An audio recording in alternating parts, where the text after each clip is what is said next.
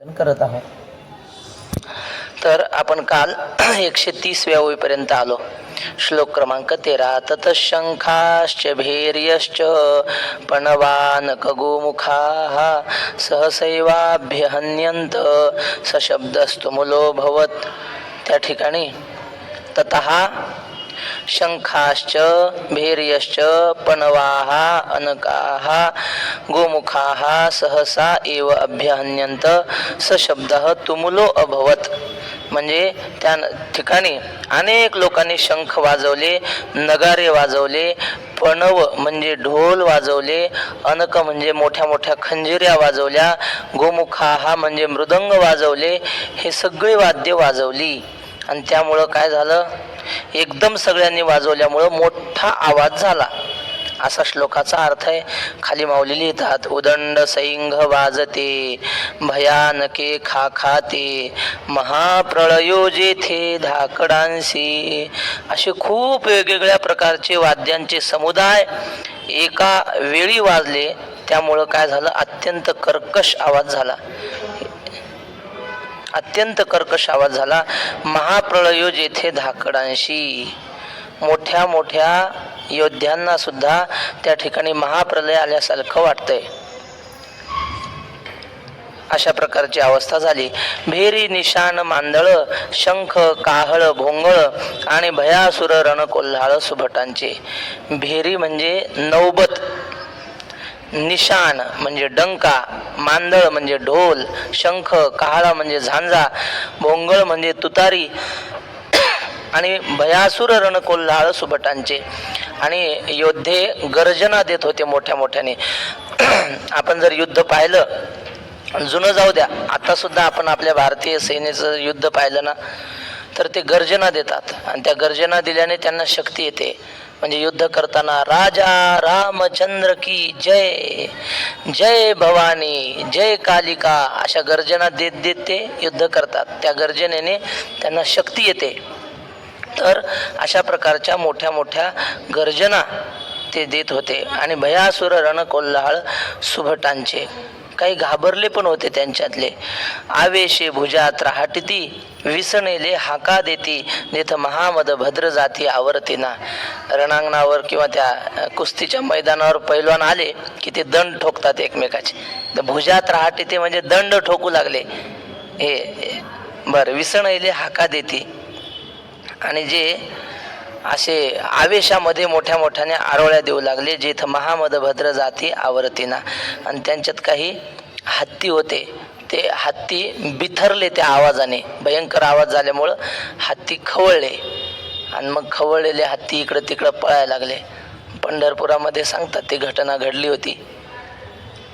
सद्गुरू गजानन महाराजांचा हत्ती गोपाळपूरला पिसाळला आणि मग ते काय झालं, माणूस उचलला की उचलून आपटायचा. मग शेवटी गोळ्या घालून मारावं लागलं आहे ना, त्याशिवाय तो शांत नाही झाला. हत्ती बिथरल्यावर अवघड. पण त्या रणांगणावर कितीतरी हत्ती असे बिथरलेले होते. त्यामुळं भयंकर एक आवाज आणि जिकडं तिकडं पळापळ सुरू झालेली. तिथं भेडांची कवण मातू कांचया केर फिटतू जेणे दचकला कृतांतू अंगणे घे. म्हणजे इथं भित्र्यांची काय कथा आहे. अहो मोठे मोठे शिपाई ते घाबरून कचऱ्यासारखे उडून गेले. कांचया केर फिटतो आणि जेणे दचकला कृतांतू अंग नेगे.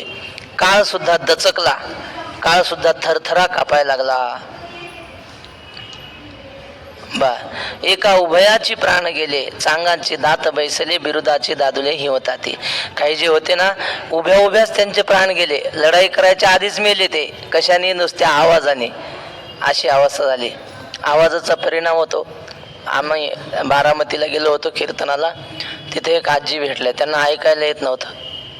मग त्या म्हणल्या, महाराज डीजेच्या आवाजानं माझ्या कानाचे पडदे फाटले. दारावर काहीतरी ते नवरदेवाची वरात असते की नाही, त्यांचं घर मंदिराजवळ आणि प्रत्येक नवरदेवाची वरात मारुतीच्या मंदिरात. त्या डीजेच्या आवाजानं कानाचा पडदाच फाटला. म्हणजे आवाजाने शरीरावर दुष्परिणाम होतात. तर त्या ह्या रणांगणावरच्या आवाजाने काही जण जागेवरच मेले उभ्या उभ्याच. एका उभयाची प्राण गेले चांगाचे दात बैसले. जे धैर्यवान होते ते मेले नाही, पण दातखिळ्या बसल्या. काही लोकांच्या चांगाचे दात बैसले, बिरुदाचे दादुले हिवताती. आणि ज्यांच्या ब्रिदावळ्या होत्या फार मोठे आहेत, फार शूरवीर आहेत, असे दादुले म्हणजे अत्यंत श्रेष्ठ होते. हिवताती म्हणजे हिव वाजायला लागल्यावर आपण कसं कडकड कडकड करतो असं अंग थरथर कापतं, तशी हे मोठे मोठे शिपाई योद्धे थरथर कापायला लागले. ऐसा अद्भुत तूर बंबाळू ऐकोनी ब्रह्मा व्याकुळू देव म्हणती प्रळय काळू ओढवला आजी. असा अत्यंत भयंकर तुंबळ असा वाद्यध्वनी ऐकून ब्रह्मा व्याकुळ, ब्रह्मा म्हणजे ब्रह्मदेव सुद्धा अत्यंत व्याकुळ झाले. देव म्हणती प्रळय काळ ओढवला आजी. इंद्र चंद्र हे सगळे देव आहेत की नाही, ते म्हणायला लागले आजच सगळं विश्व संपून जाते की काय, प्रलय काळ आजच आला, असं सगळे देव म्हणायला लागले. ततशंखाश्च भैर्यश्च माफ करा ततश्वेतैर्हयैर्युक्ते महति स्यंदने स्थितौ माधवः पांडवश्चैव दिव्यौ शंखौ प्रदधमतुः पांचजन्यं ऋषिकेशो देवदत्तं धनंजयः पौंड्रं दधमौ महाशंखं भीमकरमावृकोदरः अनन्तविजयं राजा कुन्तीपुत्रो युधिष्ठिरः नकुल सहदेवश्च सुघोष मणिपुष्पकौ. 3 श्लोक आहेत एकाच्या खाली एक. ततः श्वेतैः हयैः युक्ते महति स्यंदने स्थितौ माधवः पांडवः च एव दिव्यौ शंखौ प्रदधमतुः. त्यानंतर श्वेतैः हयैः, श्वेतैः म्हणजे पांढऱ्या घोड्यांनी, 4 पांढरे घोडे होते, त्या घोड्यांनी युक्त असलेल्या मोठ्या रथावर, स्यंदने म्हणजे रथावर, स्थितौ म्हणजे उभे असलेले, माधवहा पांडवाच एव, माधव म्हणजे श्रीकृष्ण, पांडव म्हणजे अर्जुन, हे दोघांनी काय केलं, दिव्यौ शंखौ प्रदधमतुः, 2 दिव्य शंख दोघांनी वाजवले. कोणते कोणते वाजवले ते सांगतात. ऋषिकेश हा पांचजन्यम म्हणजे श्रीकृष्णाने पांचजन्य शंख वाजवला. धनंजय हा देवदत्तम, अर्जुनाने देवदत्त नावाचा शंख वाजवला.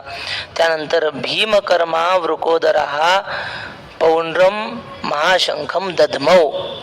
भीमकर्मा म्हणजे मोठी मोठी अचाट काम करणारा भीम, त्याचं वृकोदर नाव आहे. वृक म्हणजे वृक नावाचा एक अग्नी आहे, तो ज्याच्या पोटात असला त्याला काही खाल्लं की पचतं. वृकोदर नावाचा अग्नी आपल्या पोटात असतो, तो जठर अग्नी आहे की नाही. अहम वैश्वानरो भूत्वा प्राणिनां देहमाश्रिता, त्याचं वैश्वानर हे नाव आहे.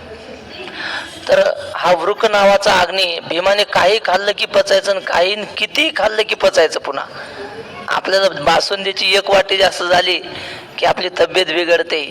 भीम पाहिजे होता चातुर्मासाला, त्याला किती पचायचं काही पचायचं. बर, तर असा तो वृकोदर म्हणजे त्याच्या पोटातला तो वृक अग्नी होता, म्हणून त्याला वृकवत उदरम यस्य, वृकासारखं, त्या वृक नावाच्या अग्नीसारखं ज्याचं उदर आहे म्हणून त्याला वृकोदर म्हणतात. त्याने पौंड्र नावाचा मोठा शंख वाजवला. अनंत विजयम राजा कुंतीपुत्र युधिष्ठिरा, कुंतीपुत्र हा राजा युधिष्ठिरा हा अनंत विजयम म्हणजे कुंतीचा मुलगा राजा युधिष्ठिर म्हणजे धर्मराजा, त्याने अनंत विजय नावाचा शंख वाजवला.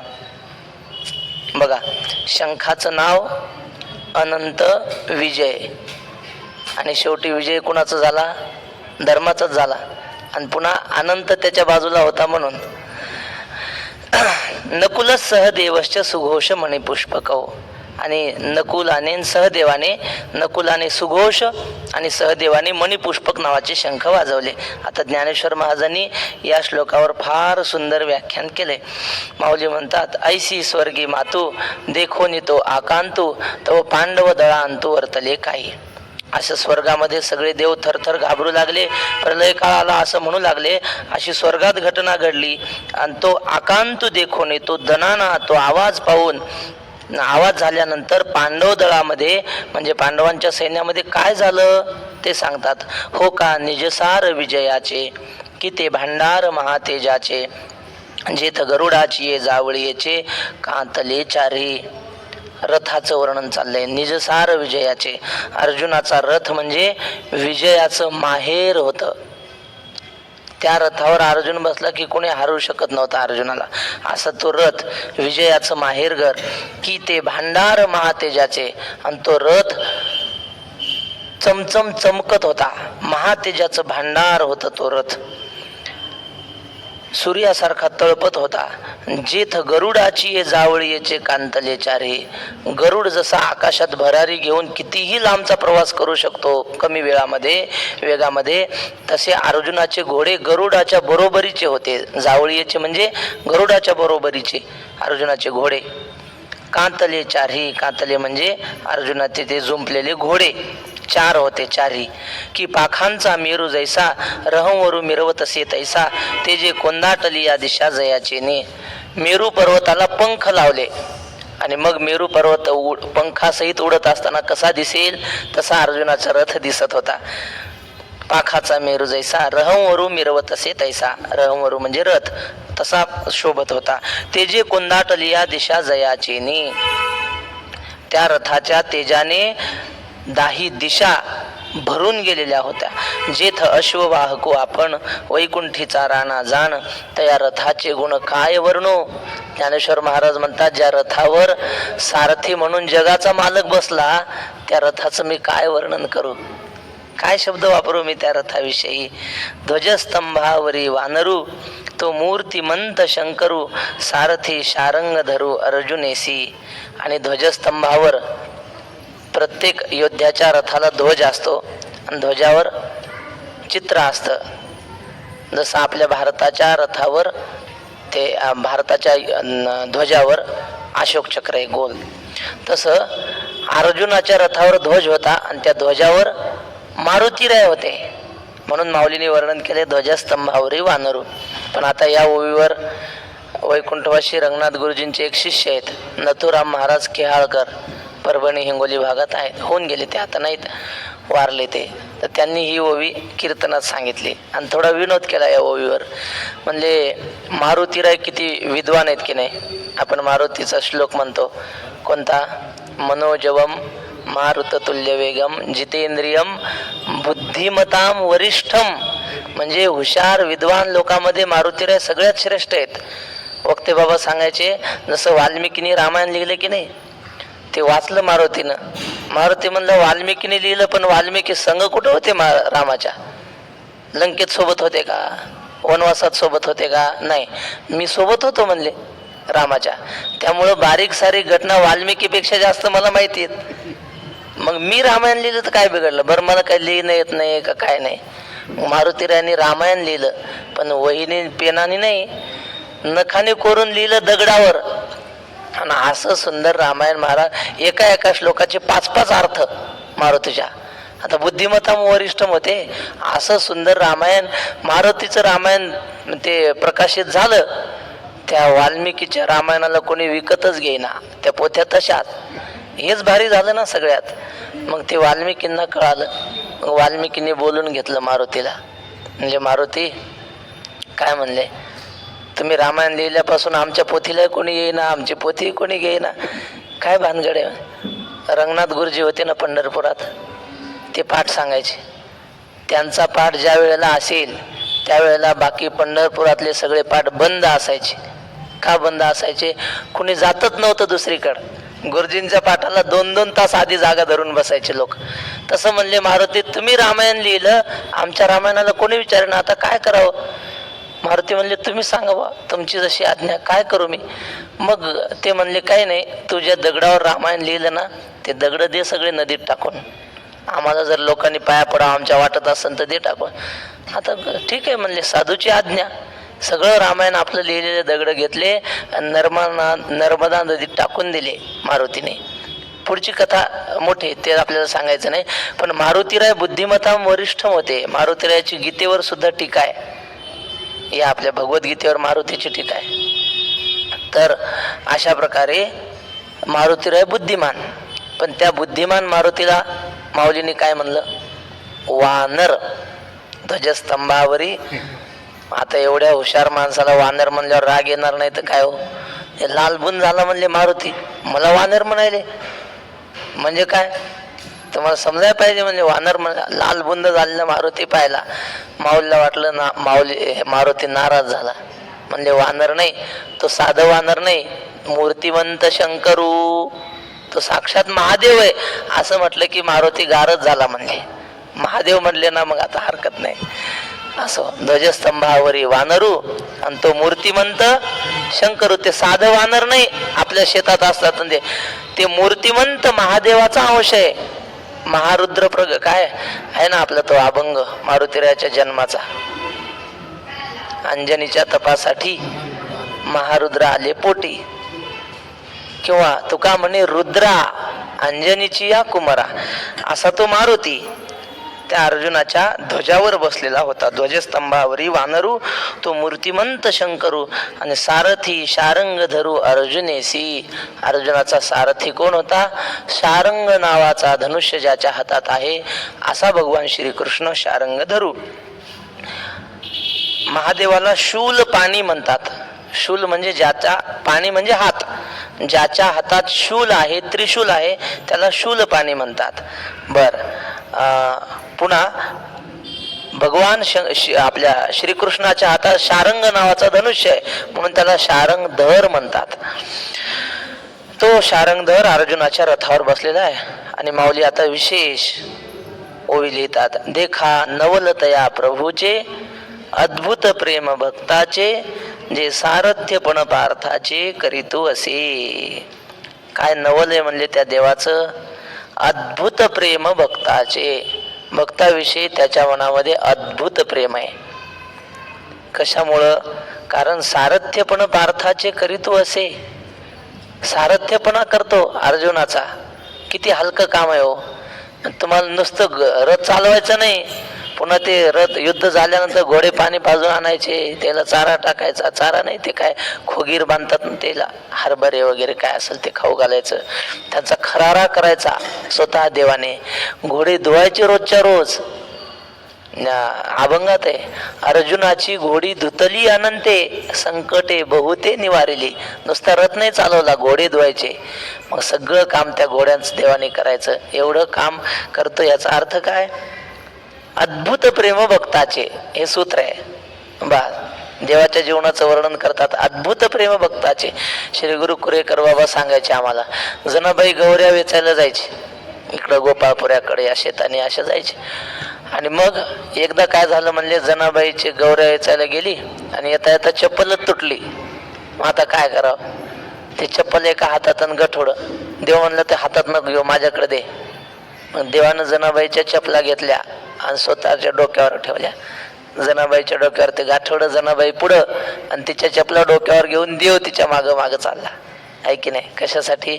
संत जाती हरिकीर्तना त्यांच्या वाहीन मोचे वाहना. संत चरण रज आपल्याला लागले पाहिजे म्हणून जनाबाईच्या चपला देव डोक्यावर घेतो, जगाचा मालक. कशामुळं? अद्भुत प्रेम भक्ताचे.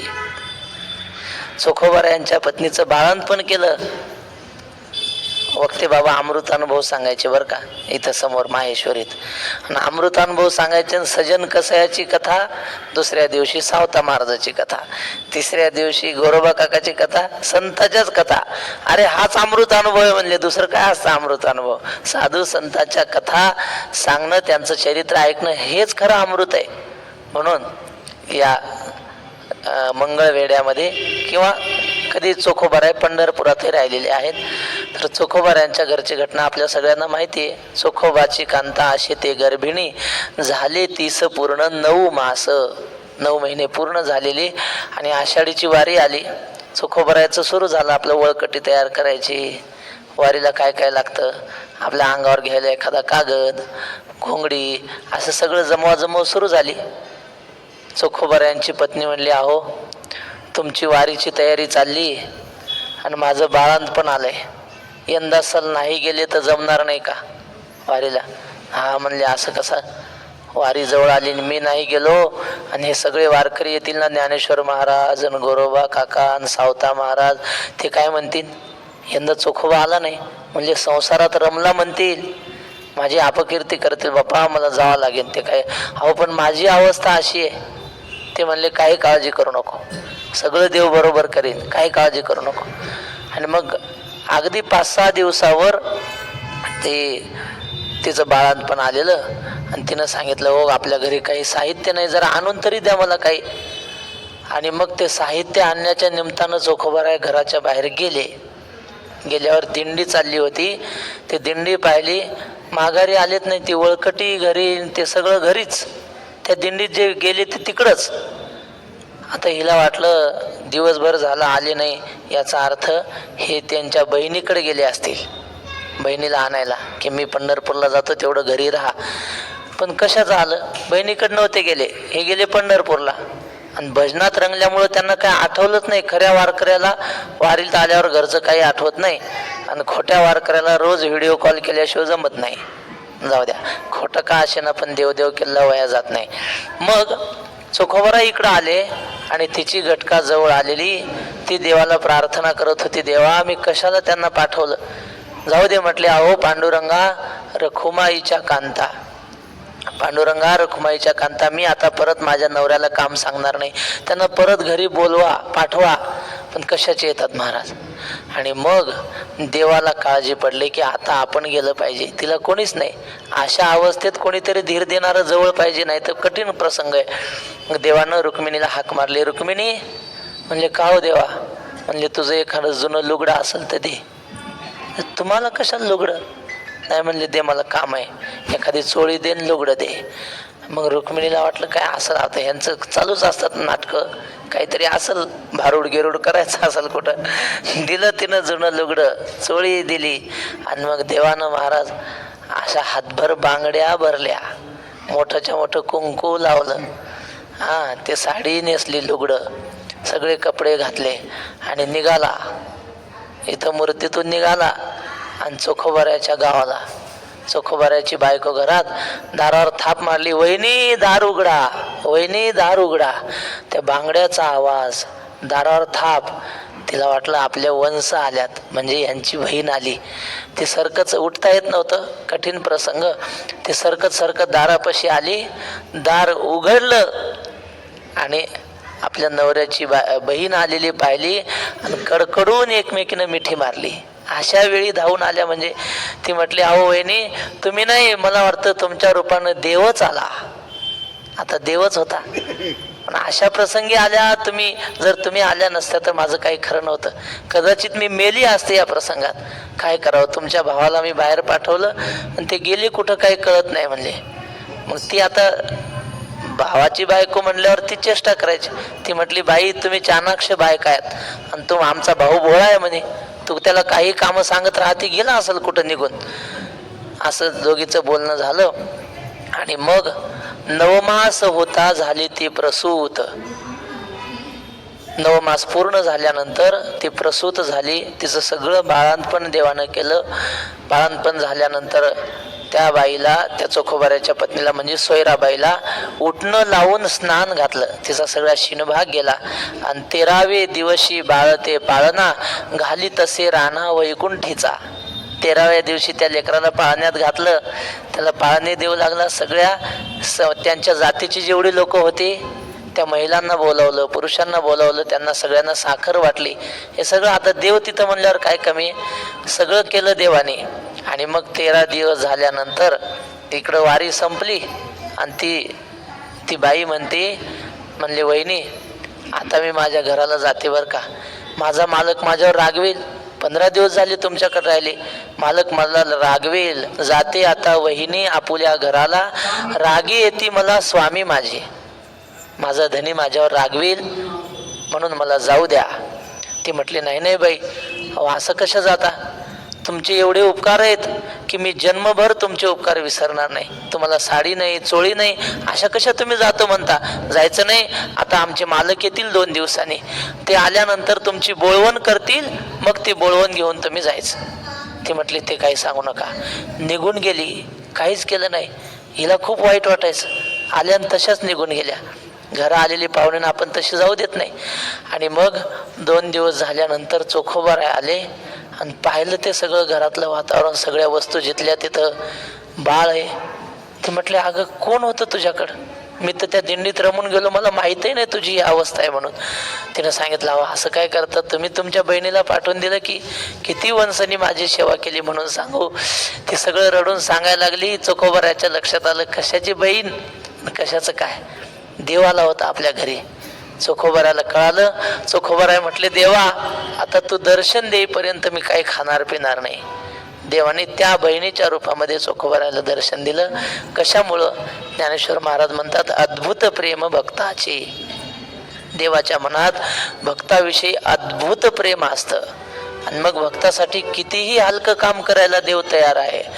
जगाच्या पाठीवर ज्ञानेश्वर महाराज म्हणतात, लाखो धर्म असतील पण कुठल्याच धर्मातला देव भक्ताच्या घरी येऊन काम करत नाही. मुसलमानाचा अल्लाह आहे, कुण्या मुसलमानाच्या घरी येऊन अल्लाने शेती पेरली का, मळ्यात खुरपलं का? येशू, त्या ख्रिस्त लोकांचा येशू ख्रिस्त आहे, कोणा भक्ताच्या घरी येऊन पाणी भरलं का? आमच्या पांडुरंगाने पैठणला नाथ महाराजाच्या घरी पाणी भरलं आहे की नाही. म्हणजे हे नवल आहे आपल्या पांडुरंगाचं की भक्ताच्या घरी येऊन सगळी कामं करतो. त्याचं कारण ज्ञानेश्वर महाराज लिहितात, अद्भुत प्रेम भक्ताचे. भक्ताच्या विषयी देवाच्या मनामध्ये अद्भुत प्रेम असतं. ज्ञानदेवासाठी स्वये भिंती ओढी, काढी धर्मा घरी उच्चिष्ट ते. ज्ञानदेवासाठी स्वये भिंती ओढी. ज्ञानदेवाची भिंत ओढली, धर्माच्या घरचं उष्ट काढलं भगवंताने. कशामुळं? अद्भुत प्रेम भक्ताचे. अशा अनेक भक्तांच्या कथा आपल्याला पाहता येतात. जे सारथ्यपण पार्थाचे करीतो असे भगवान परमात्मा अर्जुनाचा रथ चालवतो. एक आई लहान पोराला, आपल्या 7-8 वर्षाच्या पोराला विचारू लागली, बाळा तुला काय व्हायचं रे, मोठं होऊन काय व्हायचं? तर म्हटलं, आई मला ड्रायव्हर व्हायचं. लहान पोरांना काय आवडतं? गाडी चालवायला आवडतात. मला ड्रायव्हर व्हायचंय. त्याची आई म्हणली, ठीक आहे, म्हणजे तुला सारथी व्हायचंय ना? हो म्हणलं, मला सारथी व्हायचं. त्याच्या हाताला धरलं. भिंतीवर श्रीकृष्णाचा फोटो होता. अर्जुन ते देवरथावर बसलेला, कौरवांचं सैन्य, तो फोटो असतो की नाही, त्या फोटोकडे आईने बोट दाखवलं. म्हणले, बाळा तुला सारथी व्हायचं ना, सारथीच हो, पण असा सारथी हो. तो रथावर बसला की नाही, तसा सारथी हो. सारथ्यपण पार्थाचे करीतो असे. अर्जुनाचा रथ देव चालवतो. मग आपलाही रथ काय? हे शरीर म्हणजे रथच आहे ना. आपला रथ कोण चालवतोय? तोच चालवतो महाराज. भक्ताची भावना अशी, चाले हे शरीर कोणाची आसक्ते, कोण बोलविते हरिवीन, देखवी ऐकवी एक नारायण, तयाचे भजन चुको नको. डोळ्याने बघतो ध्वनी परिसतो, कानी पदी चालतो, जिव्हेने रस चाखितो मधुरती, वाणी आम्ही बोलतो, हाताने बहुसाल काम करीतो, विश्रांती घ्यावया, घेतो झोप सुखे फिरूनी उठतो, ही ईश्वराची दया. डोळ्याने पाहतो आपण, सगळं व्यवहार करतो. कशामुळं? झोपलेलं पुन्हा सुखाने उठतो. हे सगळं कुणामुळं? ही ईश्वराची दया. तो आपला रथ चालवतो. तसं अर्जुनाचंही रथाचं सारथ्य पण देव करत आहे. पायिकू पाठीसी घातला, आपण पुढा राहिला, तेने पांचजन्य आस्फुरिला अवलीळाची. भगवंताने आपला सेवक म्हणजे अर्जुन पाठीशी घातला, आपल्या पाठीमाग त्याला उभं केलं, आणि पुढा म्हणजे स्वतः त्याच्या पुढे उभा राहिला भगवान परमात्मा. तुकाराम महाराजांनी सुद्धा असं लिहिलंय. तुकोबाराय म्हणतात, आम्हा घाली पाठीकडे आणि आपण कळी काळाशी भिडे. देव आम्हाला भक्ताला पाठीशी घालतो आणि स्वतः मात्र पुढे उभा राहतो. बस. तुकोबारायांनी पायकीच्या अभंगात लिहिलंय, खरा सैनिक कोण? तर ते म्हटले, स्वामी पुढे व्हावे पडता भांडण, तरीच मंडन शोभा दावी. आपल्या स्वामीवर संकट आलं तर खऱ्या सेवकाने भांडायसाठी मालकाच्या आधी आपण पुढे गेलं पाहिजे, तर तो खरा सेवक. तसा देव अर्जुनाचा सेवक झाला होता ना महाराज. शूर तो तयासी बोली जे जाना, पाठीशी घालून राखे दिना, पार पुण्या नाही त्या भूषणा, ऐक नारायणा वचन हे. तुकाराम महाराज म्हणतात देवा शूर कोणाला म्हणतात? जो दीन दुबळ्याला पाठीशी घालून पुढे होऊन लढतो त्याला शूर म्हणतात. तसं देवाने आपल्या भक्ताला अर्जुनाला पाठीशी घातलं, समोर स्वतः राहिला.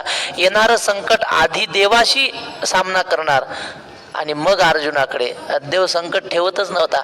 तुम्हाला माहिती आहे कथा, कौरव पांडव युद्ध झालं आणि रोज काय व्हायचं, देव आधी खाली उतरायचा आणि असा गुडघ्यावर बसायचा आणि मग अर्जुनाला म्हणायचा, अर्जुना माझ्या गुडघ्यावर मांडीवर पाय दे आणि तू खाली उतर. मग रोज देव खाली उतरायचा, अर्जुनाने देवाच्या मांडीवर पाय द्यायचा आणि मग खाली उतरायचा, असा रोजचा नियम. आणि युद्धाच्या शेवटच्या दिवशी देव म्हणले अर्जुना उतर खाली. तो म्हणलं उतर खाली म्हणजे आधी तू खाली उतरायचं. नाही नाही म्हणले, आजचा नियम बदलला, आता तू खाली उतरायचं नंतर मी उतरणार. आता देवाची आज्ञा, अर्जुन नाईलाजाने उतरला खाली आणि उतरून म्हणले जरा दूर जा, पलीकडे लांब उभा राहा.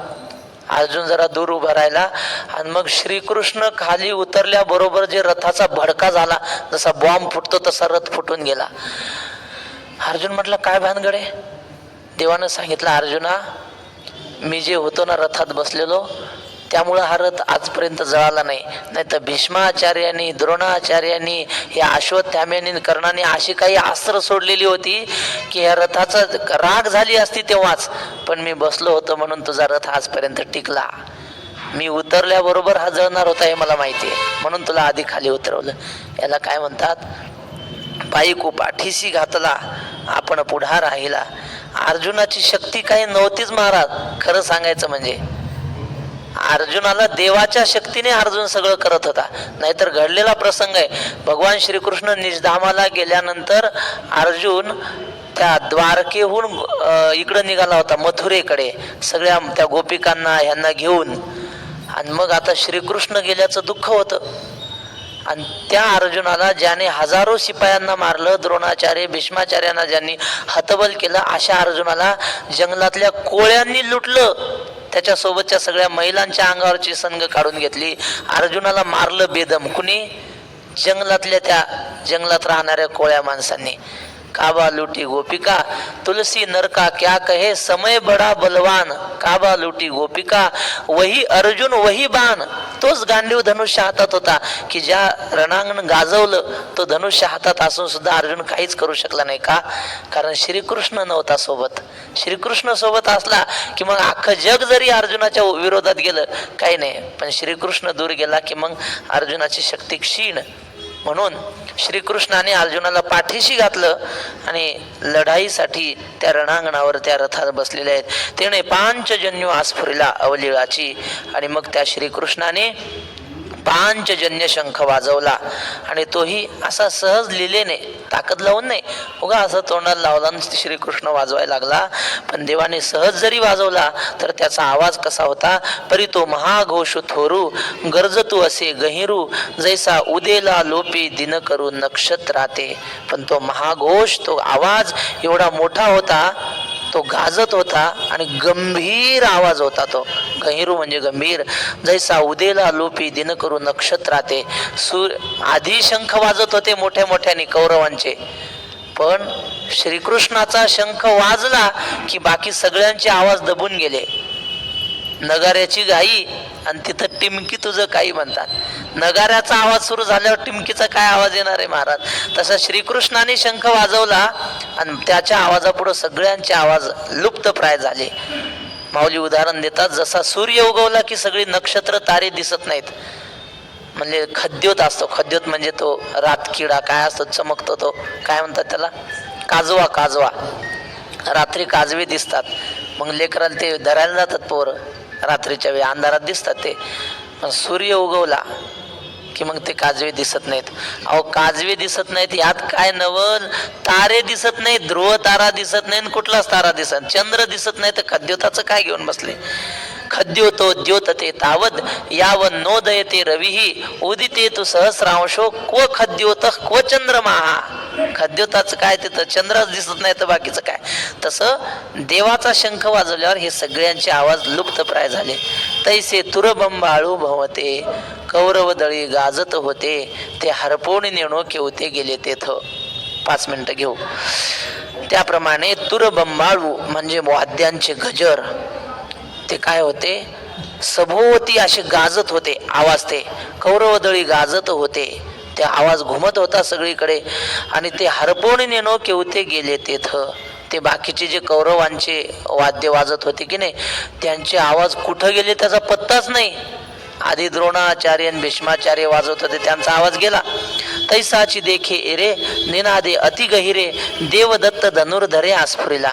आता आपल्या रथाचा श्रीकृष्ण सारथी तो शंख वाजवायला लागला म्हणल्यावर अर्जुनाला कस काय दम निघल महाराज. तोही तसाच होता ना श्रीकृष्णासारखा. मग त्याने आपला सैन्य काढला, आपला शंख घेतला आणि त्या शंख त्याचं नाव होतं देवदत्त. तो देवदत्त शंख अर्जुनाने वाजवला. आणि मग काय झालं, आस्फुरीला ते दोन्ही शब्द अचाट मिनले एकवट तेथ ब्रह्मकटाह शतकूट हो पाहत असे. मग देवाचा शंखाचा आवाज आणि अर्जुनाचा दोघांचा आवाज मिसळला, एकरूप झाला. देवभक्त दोन्ही एकरूप झाले अशी अवस्था झाली. त्यांचा आवाज एकमेकात स्वर मिसळला आणि तो आवाज एवढा मोठा झाला की ब्रह्मकटाह, ब्रह्मकटाह म्हणजे ब्रह्मांड, कटाह म्हणजे कढई. बरं का, आपण जर आकाशाकडे पाहिलं असं पटांगणात गेलो आपण, जिथं घरदार असं काय नाही, मोकळ्या रानात गेलो ना, मग आकाशाकडे जर पाहिलं आपण तर आपल्याला सगळीकडून आकाश असं टेकलेलं दिसतं. कढई कशी, कढई उघडी घातल्यावर कशी दिसते, अशी चौकून असते की नाही टेकलेली, तसं आभाळ आपल्याला कढई सारखं दिसतं, सगळीकडून टेकलेलं असं गोलवर. आणि हे म्हणून त्याला कटाह म्हणजे कढई म्हणतात. ते कटाह सारखं दिसतं कढई सारखं म्हणून ब्रह्मकटाह असं म्हटलंय. हे सगळं ब्रह्मांड काय होत होतं, ब्रह्मकटाह शतकूट हो पाहत असे. जणू काय आता ह्याचे 100 तुकडे होणार की काय या ब्रह्मांडाचे असं वाटू लागलं. तव भीमसेनु विसणैला जैसा महाकाळू खवळला त्याने पौंड्र आस्फुरीला महाशंखू. आणि ह्यांच्यात अत्यंत बलाढ्य असलेला भीमसेन, अर्जुनाने शंख वाजवला, कृष्णाने वाजवला, मग त्याने त्याचा शंख काढला आणि त्याने पौंड्र नावाचा शंख वाजवला. आणि जसा काय महाकाळ खवळल्यासारखा भीम खवळून शंख वाजवू लागला. तो महाप्रलय जलधरू जैसा घडघडीला गहिरू तव अनंत विजय युधिष्ठिरू आस्फुरित असे. पावसाळ्याचे दिवस आले की ढग येतात आणि मग ते गर्जना करतात. काय म्हणतो आपण, गरजते ढग. पण कधी कधी असा ढग गरजतो की असं जणू काय आभाळच खाली पडलं की काय, एवढ्या मोठ्यानं आवाज होतो साध्या पावसाळ्यात. आणि शेवटचा पावसाळा, आता सगळं जग पाण्यात बुडणार आहे, त्याला प्रलय कालचा पाऊस म्हणतात. आणि त्यावेळी मेघ कसे गर्जना करत असतील त्याला म्हणतात महाप्रलय जलधरू. महाप्रलयाच्या वेळेचा जलधर तो केवढ्याने गर्जना करील तसा भीमसेनाचा म्हणजे भीमाचा शंख वाजू लागला. नकुळे सुघोषू सहदेवे मणिपुष्पकू जेणे नादे अंतकू गजबजला ठाके. नकुळाने सुघोष नावाचा शंख वाजवला, सहदेवाने मणिपुष्पक नावाचा शंख वाजवला. आणि त्यामुळे तेने नादे अंतकू, अंतकू म्हणजे काळ सुद्धा गजबजला म्हणजे घाबरून गेला असं महाराज सांगतात. राहिलेला विषय उद्या पाहू. पुंडलिक वरदा हरी विठ्ठल. आता विश्वात्मकी